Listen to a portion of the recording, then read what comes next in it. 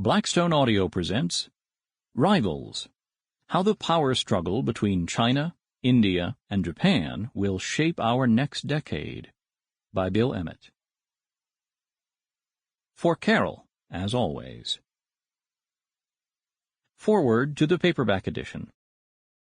Since the hardback edition of Rivals was published in April 2008, commonly held assumptions about the way the world works and the enduring trends in politics and economics have been tumbling like trees in the path of a hurricane.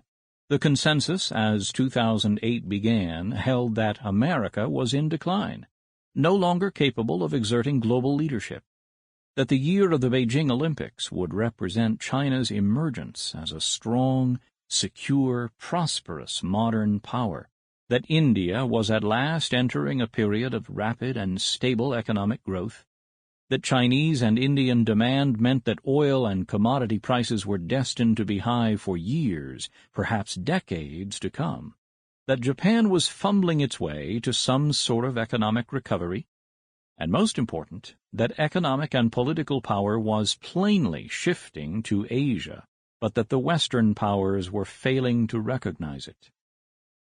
None of that can any longer be taken for granted. The biggest reason is, of course, the international credit crisis, which emerged slowly in America and parts of Western Europe in August 2007, but then reached hurricane force in September and October 2008. Many spells of economic and financial turmoil have been labeled as the first crisis of globalization, but this is the first actually to deserve the name, as it sent virtually all the world's developed countries into recession simultaneously and battered many developing countries as well.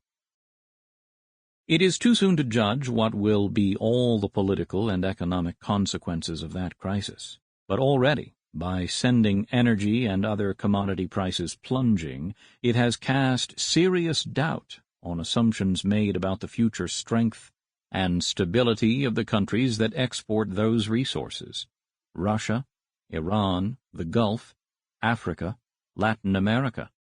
It brought hasty Western recognition of the new importance of China, India, Brazil, and other emerging giants when President George Bush convened a summit of world leaders in Washington, D.C. in November 2008 that consisted not of the traditional G8 of rich industrial countries, but rather the G20, grouping together 20 countries from all continents, developed and developing, including most...